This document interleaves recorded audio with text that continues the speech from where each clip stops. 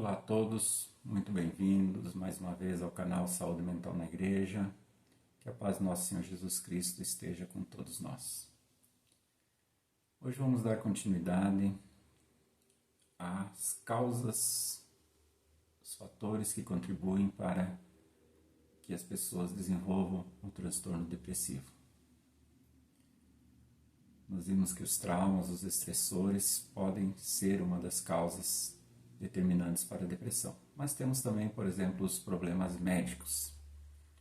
Mas antes disso, não deixem de se inscrever no nosso canal, deixar o seu like e de acionar o sininho para receber os vídeos.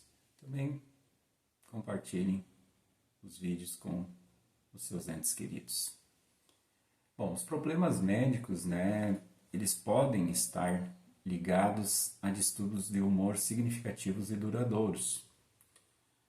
Doenças ou medicamentos, eles podem estar na origem de até 10 a 15% das depressões.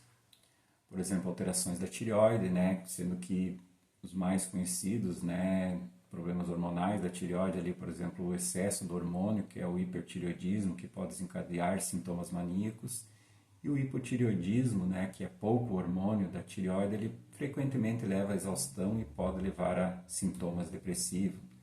Também a deficiência nutricional, principalmente a falta da vitamina B12 e da vitamina D, também podem causar sintomas depressivos. A deficiência da vitamina B12 é muito comum em idosos. E a vitamina D naquelas pessoas que têm pouco contato com o sol. Os problemas cardíacos também têm sido associados à depressão. Até metade dos sobreviventes de infarto agudo do miocárdio relatam sentimentos de tristeza e muitos desses foram diagnosticados com depressão clínica. Além disso, também uma série de pesquisas apontam que a presença de depressão traz uma série de riscos para pessoas com doenças cardíacas. Está ligado a uma recuperação mais lenta, a um maior número de problemas cardíacos futuros e a um risco maior de mortalidade. Também a esclerose múltipla, a doença de Parkinson, doença de Alzheimer, a doença de Huntington e outras doenças neurológicas crônicas estão relacionadas à causa da depressão. O acidente vascular cerebral, que seria a isquemia, o derrame cerebral, mais comumente conhecido, também causam. Desequilíbrios hormonais causados por problemas nas glândulas paratireoides, nas glândulas suprarrenais. Doenças do sistema imunológico, como por exemplo o lúpus, alguns vírus e infecções como a mononucleose, a hepatite, o HIV, o câncer, a disfunção erétil em homens. Então todos são problemas médicos que podem levar a pessoa a desencadear um quadro de transtorno depressivo. A genética também é bastante importante como um dos fatores, como uma das causas de transtorno depressivo. A depressão ela tende a ocorrer mais em membros de uma mesma família.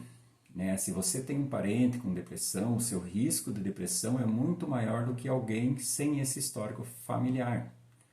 Um estudo de 2016 examinou o risco de depressão em 62 famílias ao longo de 3 gerações e eles constataram que filhos com pais deprimidos tinham 2 vezes mais chances de desenvolver a doença e aqueles que tinham o pai e um avô deprimido tinham um risco 3 vezes maior de depressão.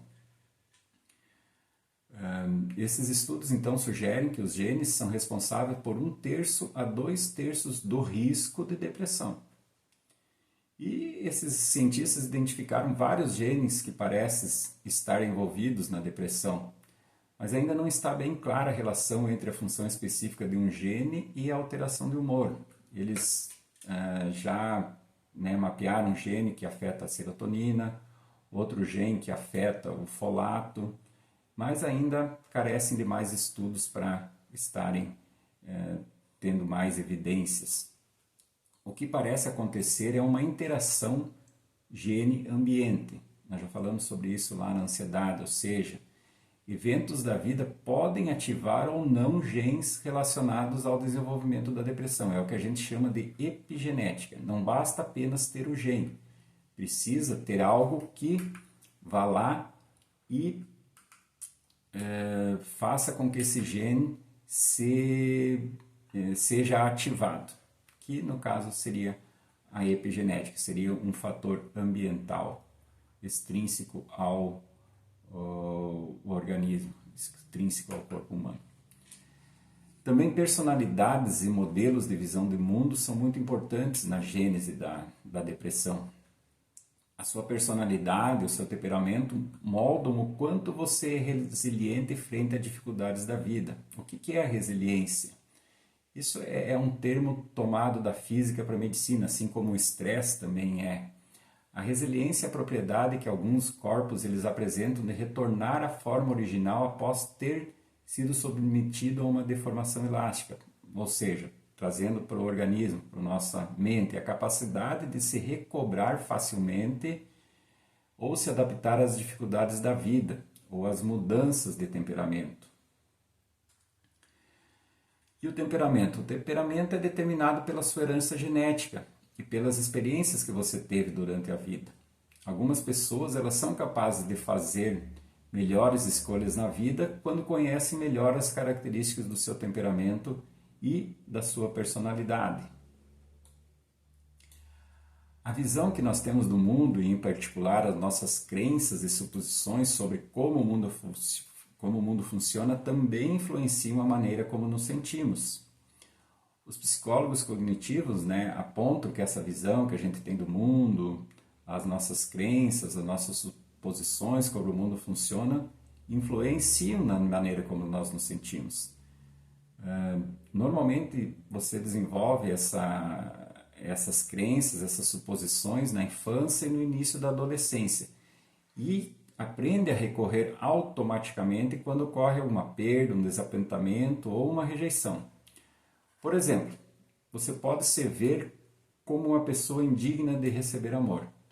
Por isso você evita se envolver com as pessoas para não arriscar perder um relacionamento. Ou você pode ser tão autocrítico que pode não suportar a menor crítica dos outros, prejudicando o progresso da sua carreira. Então, embora o temperamento, a visão do mundo possam ter uma influência na depressão, nenhum deles é imutável. Há terapia, psicoterapia, medicação, mudança de hábitos de vida, tudo isso podem ajudar a mudar isso e a tratar a depressão. Como eu falei, antes, o diagnóstico, na maioria das vezes, ou seja, o diagnóstico da depressão ele é clínico. Porém, algumas vezes a gente acaba pedindo alguns exames, dependendo do caso, para descartar, principalmente aquelas condições médicas, por exemplo, pedir um exame cerebral como um eletroencefalograma, uma ressonância magnética ou uma tomografia, quando a gente tem alguma suspeita que possa ter alguma alteração cerebral que possa estar levando a essa depressão.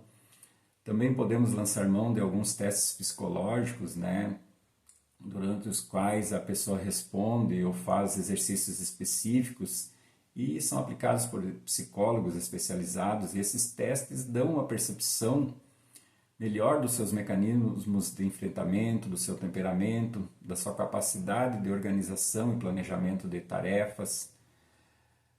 Também alguns exames de sangue podem ser importantes para investigar alguma causa biológica, como por exemplo, exame para verificar a função da tireoide, dosagem de vitaminas, se tem presença de alguma anemia, ou um exame de urina para investigar a presença de alguma infecção.